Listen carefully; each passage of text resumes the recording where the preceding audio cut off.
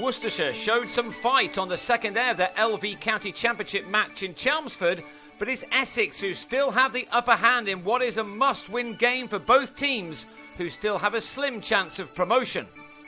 Worcestershire were totally outgunned on the opening day. They were bowled out for 102 and Essex replied to that with 199 for 4 to go into day 2 with a lead of 97. Ben Folkes struck an early boundary to send that lead into 3 figures. Jack Shantry found some early movement to have Ryan Tender-Scarter caught behind for 21 at 209 for 5. And it was 238 for 6 when James Foster went in the same way off David Lucas. But Folkes played a terrific hand. The academy product is well respected by those at the county, and many who have seen him in action are expecting great things from the 20-year-old.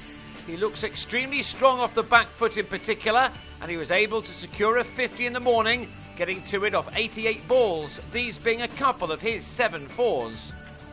He had the experienced Graham Napier with him at the other end, and what a season the all-rounder is having with both bat and ball. This is his 16th year at Essex and he's scored more runs this time than ever before.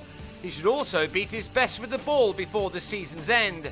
He did what he does best here, striking the ball both crisply and cleanly as he built on what was already a massive lead for his team.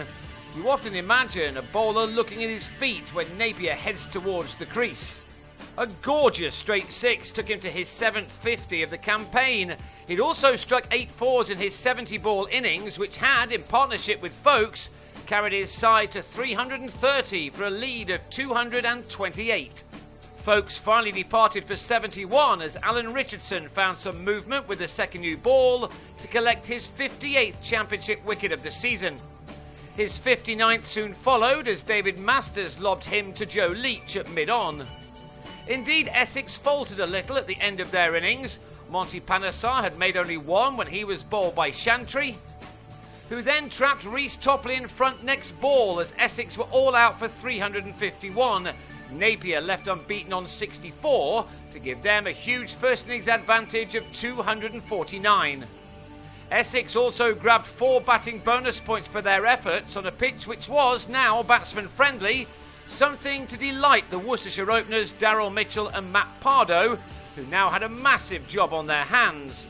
Worcestershire had been blown away in only 45 overs first time out, with Topley at times proving to be unplayable.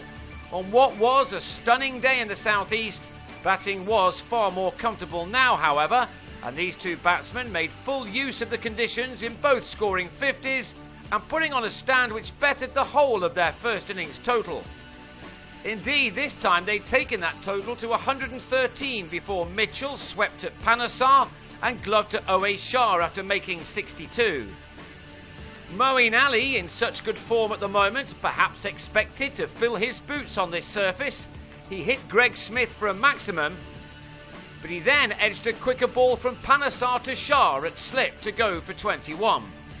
Smith found a little more purchase than Panesar at the end of the day, and he was rewarded with the wicket of Tom Fell, who was LBW for 2, as Worcestershire just lost their way in the last half hour after some very good work before.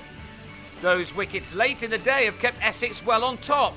Worcestershire will go again on the third morning on 163 for 3, with Pardo still toughing it out on 74 after 3¼ hours. He will need to keep going too, because his side is still 86 runs adrift.